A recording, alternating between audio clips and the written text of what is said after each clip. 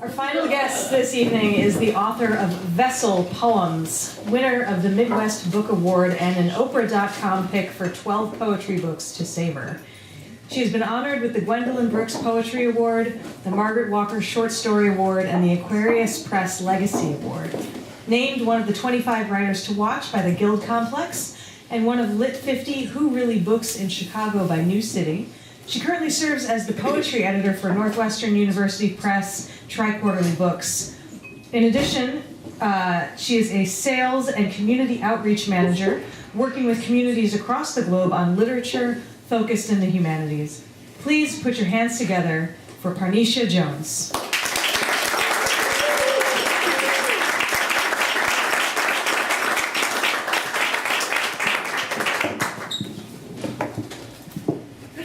Thank you. Hey, everybody. Hey. Had enough beer? Eden, Andrew, thank you so much for having me, and thanks to all of you all for coming out this evening. It's already cold. It's already dark before 5. So I'll just continue with the traumatizing of you all with this first piece, because I'm a poet, so I'm going to read a few pieces for you all. That's my background music. Bra shopping. Saturday afternoon, Marshall Fields, when it was still Marshall Fields. Second floor, women's lingerie department. 16. I am a jeans and t-shirt wearing tomboy who can think of a few million more places to be instead of in the department store with my mother, bra shopping. Growing accustomed to these two new welts lashed onto me by puberty, we enter into no man's, and I mean no man in sight land. A land of frilly lace, nightgowns, grandma panties, and support everything. Mom directs us to a wall covered with hundreds of white bras. Some with lace and little frills, others with ribbons, like party favors. As if bras are a cause for celebration. A few have these dainty, ditzy bows in the middle. That's a nice accent, don't you think? My mother would say. Isn't that cute? Like this stupid miniature bow in the middle will distract attention from my two looming, blooming issues. When Mom and I go brassiere shopping, it never fails. A short woman with glasses attached to a chain around her neck, who cares way too much about bras, appears. May I help you, dearies? The bra woman begins to assist my mother in finding me the perfect bra to, as my mother puts it, hold me in the proper way. No bouncing, please. Working as a team, they plot to ruin my entire day with the bra-fitting marathon. They conspire handfuls of white and mauve-colored bras. Who's making all these bras, I want to ask?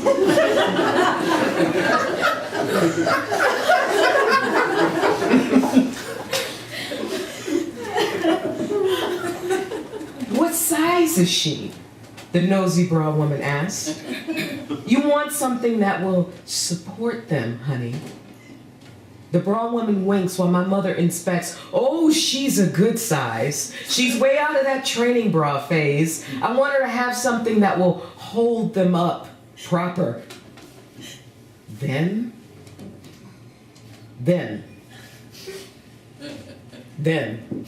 she says.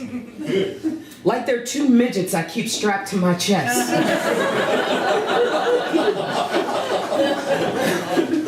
I stand there while these two women, one my own kin, discuss the maintenance and storage of my two dependents. The worst is yet to come. The dressing room. I hate the dressing room. Mirrors ready to laugh at me, women half naked, strapped, bulged, girdled into unbelievable torturous contraptions, things showing that I hope to never see on my own body. I stand there, half naked and pissed, wasting away in a sea of bras, feeling like a rag doll under interrogation, with my mother on one side, the bra woman on the other. They begin fixing straps, poking me, raising me up, snapping the back, underwire, digging my breasts a grave. The bra clamps down, shaping my breasts into pristine bullets. There's no movement, no pulse, no life. Just still in their uniform perky salutes, real proper, like my mother wanted. Why couldn't I have been born a boy? I will never forgive my mother for this. Blank face, my reflecting pout only produces lectures from my mother about proper woman upkeep. After we are halfway through the bra inventory, my mother takes mercy on me, gathers a select few of hand wash only neutral booby traps. And we make our way to the checkout counter. I don't get happy too quick because I know that bra woman continues to lurk. And if she senses any excitement that this torture is over, she will come with more white bras. The bras are wrapped in pink paper mache, placed by the bra lady carefully into a shiny green Marshall Fields bag. She hands it over to me as if she's knighting me, and my mother oversees, satisfied. We walk out of underwire underworld. Mom turns to me. See, that wasn't so bad.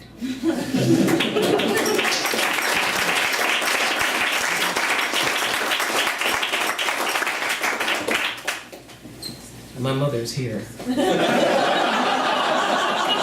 y'all give her a hand. Give my mother a hand. That's my father.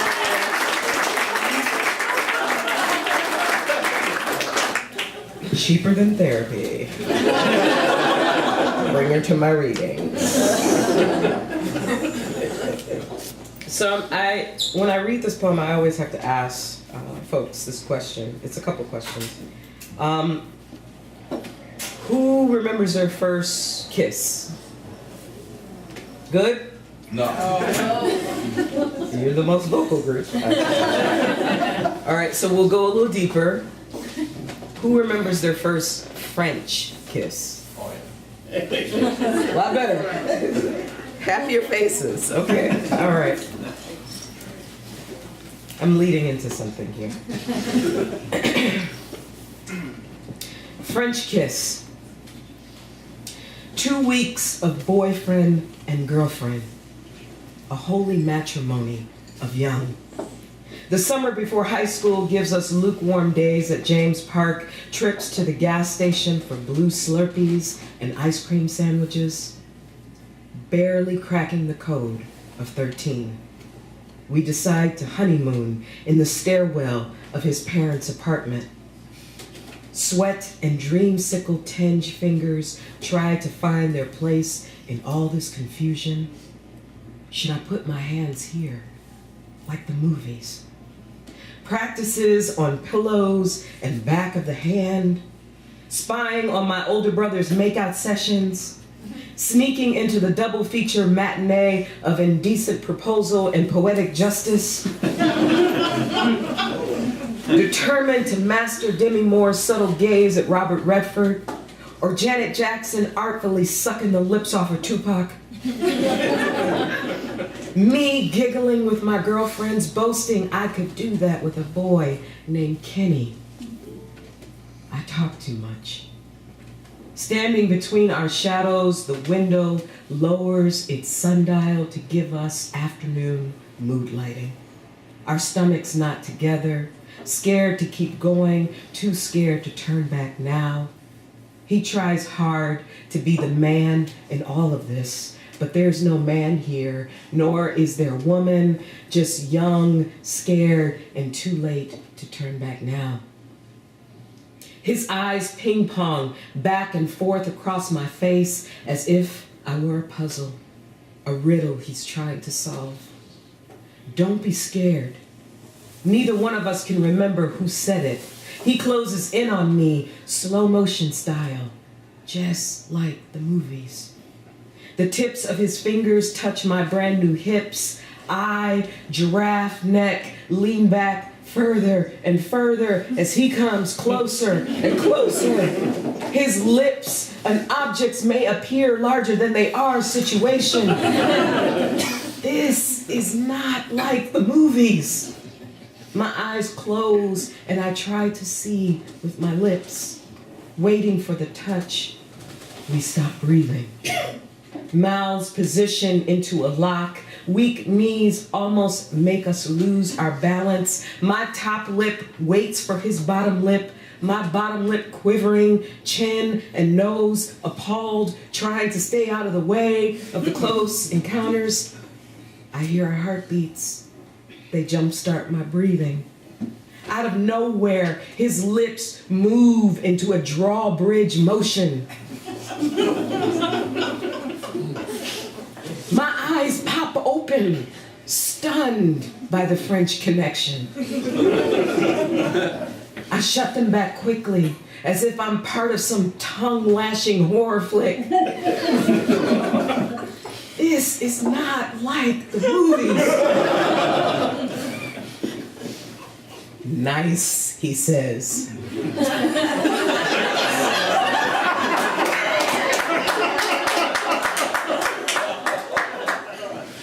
Our faces flush and flabbergasted. I am only capable of a cracked smile, too afraid of what may come out or in. Clammy hands interlocked, we return to childhood. A playground of gawkers awaits, nosy girlfriends wanting details, boys in high-five position. I'm whisked away for an emergency trip to the gas station, my mouth still clenched, while inquiring girl minds want to know. I burst into the Shell station doors, run straight to the cooler, reaching for the strongest Coca-Cola I can find. I chug my kitty absinthe and tongue-tie them with every twisted detail. My girlfriends are amused and horrified. We walk home. I'm still blushing and checking that my tongue is intact. Poking it out. Asking my friends if it looks different. Would you do it again? I shrugged my shoulders, knowing now the power of talking too much and a slip of the tongue.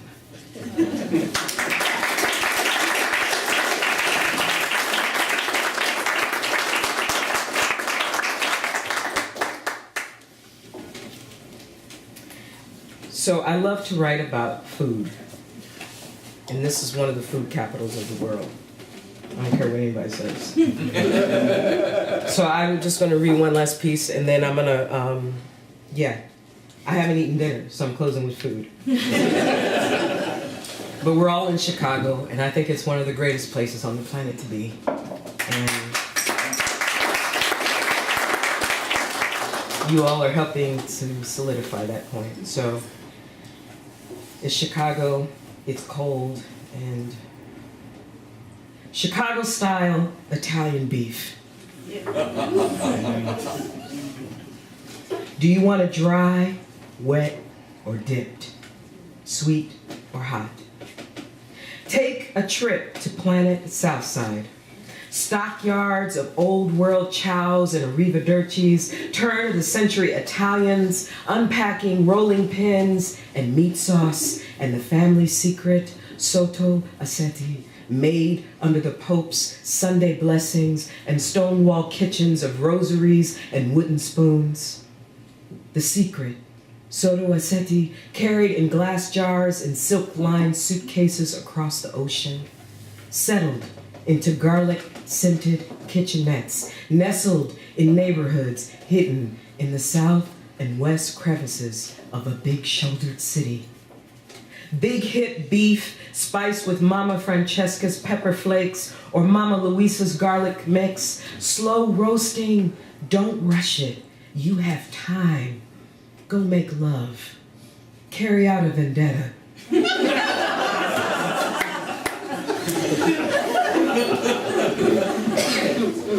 Pour the spumante right to the ones still walking the Colosseum streets and tell them of this young country only a few hundred years old.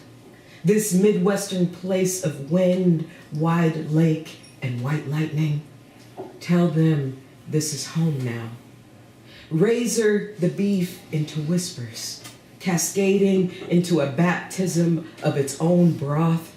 Get the Italian roll drunk in au jus, pile it with beef until the wet seams start to give way. Now the Sotto Assetti, the Sotto Assetti, we will nickname it Jardiniere. This opera of peppers and pimento and carrots, cauliflower, celery, and olives, all bathing in oils and vinegars. Let it drizzle over, down, in between the beef. Slow down. Don't rush. Go make love some more. Drink more wine. Sit on your newly adopted stoop. Watch Chicago play its bluesy life. Miss the cobble streets of Rome. Let the jardiniere oil run down your arm. This is home now. You made it so. Eat and be close to God. Thank you.